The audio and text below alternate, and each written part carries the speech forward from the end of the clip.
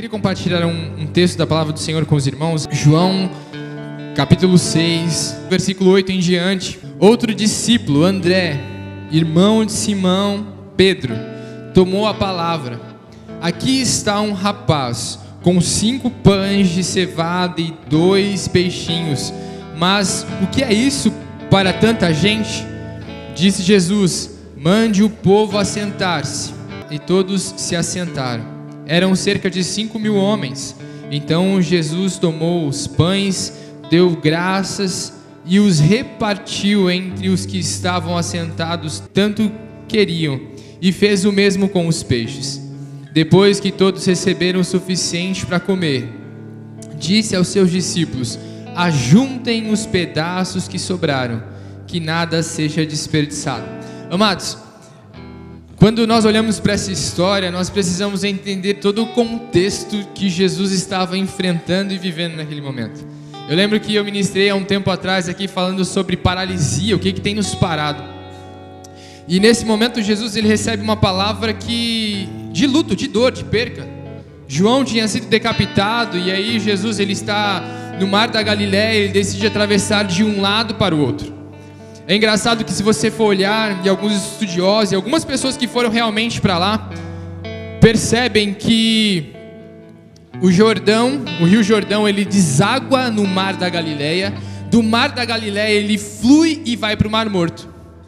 O Jordão ele alimenta o mar da Galileia, e quando ele é alimentado, o mar da Galileia é alimentado, pessoas que já estiveram ali dizem que há cardumes de peixes, há abundância de vida na região aonde ele percorre, por volta dele há vida. Só que quando ele deságua no Mar Morto, pelo Mar Morto não passar, não ter um afluente, não mandar aquilo que ele está recebendo, ele vai retendo todas aquelas bênçãos e ele vai morrendo. Só existe um tipo de bactéria que consegue sobreviver no Mar Morto. Jesus ele pega ali os seus discípulos e ele diz: vamos atravessar para o outro lado. E aí aquela multidão que sabe que Jesus ele vai estar do outro lado, eles correm pela margem ou pelo caminho do Jordão, atravessam. Quando Jesus chega do outro lado do mar da Galileia, o povo está esperando Jesus. Jesus queria descansar, Jesus ele queria, esparecer a mente, ele precisava falar com Deus. Só que a Bíblia diz que quando ele vê aquela multidão, ele se compadece daquela multidão, ele tem compaixão daquela multidão. E a Bíblia diz, olha, ele começa a pregar, ele começa a curar os enfermos. E aí chega um determinado momento que ele vê que estava tarde. E aí os discípulos dizem: Senhor, vamos dispensar a multidão, porque já é muito tarde. E pode ser que ao voltar para casa, a trajetória para casa, eles possam passar fome, passar mal, desmaiar, sofrer algum dano. Jesus diz assim: peraí, o que vocês têm aí? E aí eles dizem: olha, nós não temos nada e também não tem como fazer nada aqui. E aí do nada André, irmão de Pedro, vem e diz: Senhor, tem uma criança aqui que tem 5 pães e 2 peixinhos. E aí a primeira coisa que Jesus faz, ele organiza o cenário. Ele diz: manda todo mundo sentar. Primeira coisa, irmãos, nós precisamos organizar o cenário da nossa vida.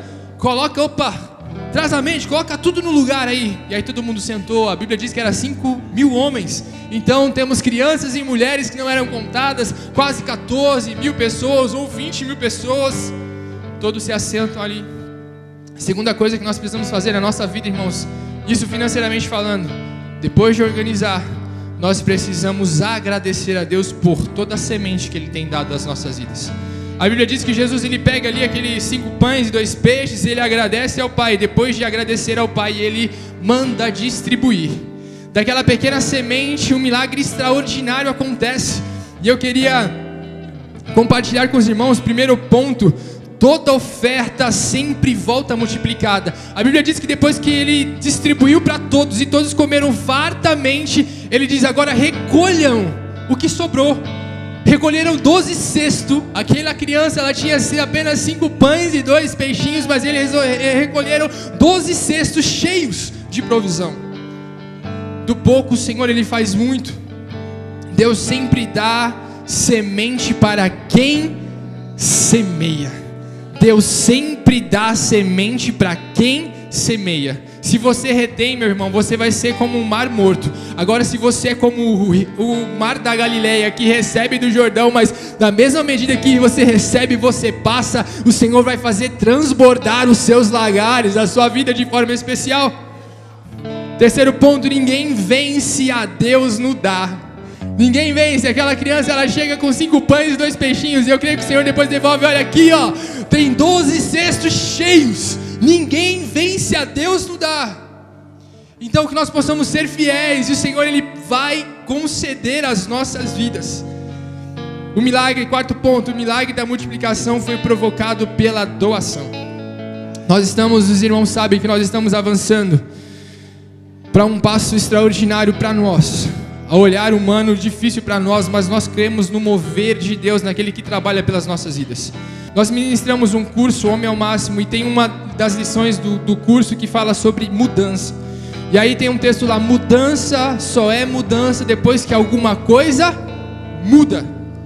E aí também tem um textinho lá: uma oferta só é oferta depois que for dada. Muitas vezes nós falamos: Senhor, quando eu tiver 10 mil reais de salário, eu vou dar o dízimo. Quando eu tiver 20 mil, eu vou dar o dízimo. Quando eu tiver 1 milhão, no texto, né, que nós lemos, ele fala de um homem que, quando eu tiver 1 milhão, pastor, eu vou ter prazer de dar 100 mil na igreja. Mas, sabe, é no pouco. Se você tem 10, dá 1, vai fazer a diferença. Então, fidelidade ao Senhor. Quando eu sou fiel ao Senhor, e Ele vê que há em mim a semente, Ele vê que eu sou uma pessoa fiel, Ele me dá semente para que eu possa semear. Que o Senhor possa fazer isso na minha e na tua vida. Que nós possamos ser fiéis no pouco, confiando naquilo que a palavra do Senhor diz, que no muito Ele nos colocará. Que haja gratidão ao teu coração por tudo que o Senhor tem feito. Pai, nós te louvamos, te agradecemos por essa noite na tua presença. Senhor, que o Senhor possa achar graça em nós, e que nós possamos, Senhor, papai querido, ter um coração generoso para receber semente e compartilhar, Senhor, com outras vidas. Que o Senhor possa fluir e ter liberdade, que nós possamos, Senhor, colocar tudo, organizar, Senhor, a situação, que nós possamos agradecer por tudo que o Senhor tem dado, Senhor Jesus, e repartir aquilo que o Senhor tem confiado a nós. Que nós possamos confiar no teu cuidado, sabendo, Senhor, que nós não podemos competir com o Senhor na situação e no gesto de dar e de ofertar. Obrigado, Senhor, por tudo que o Senhor tem feito.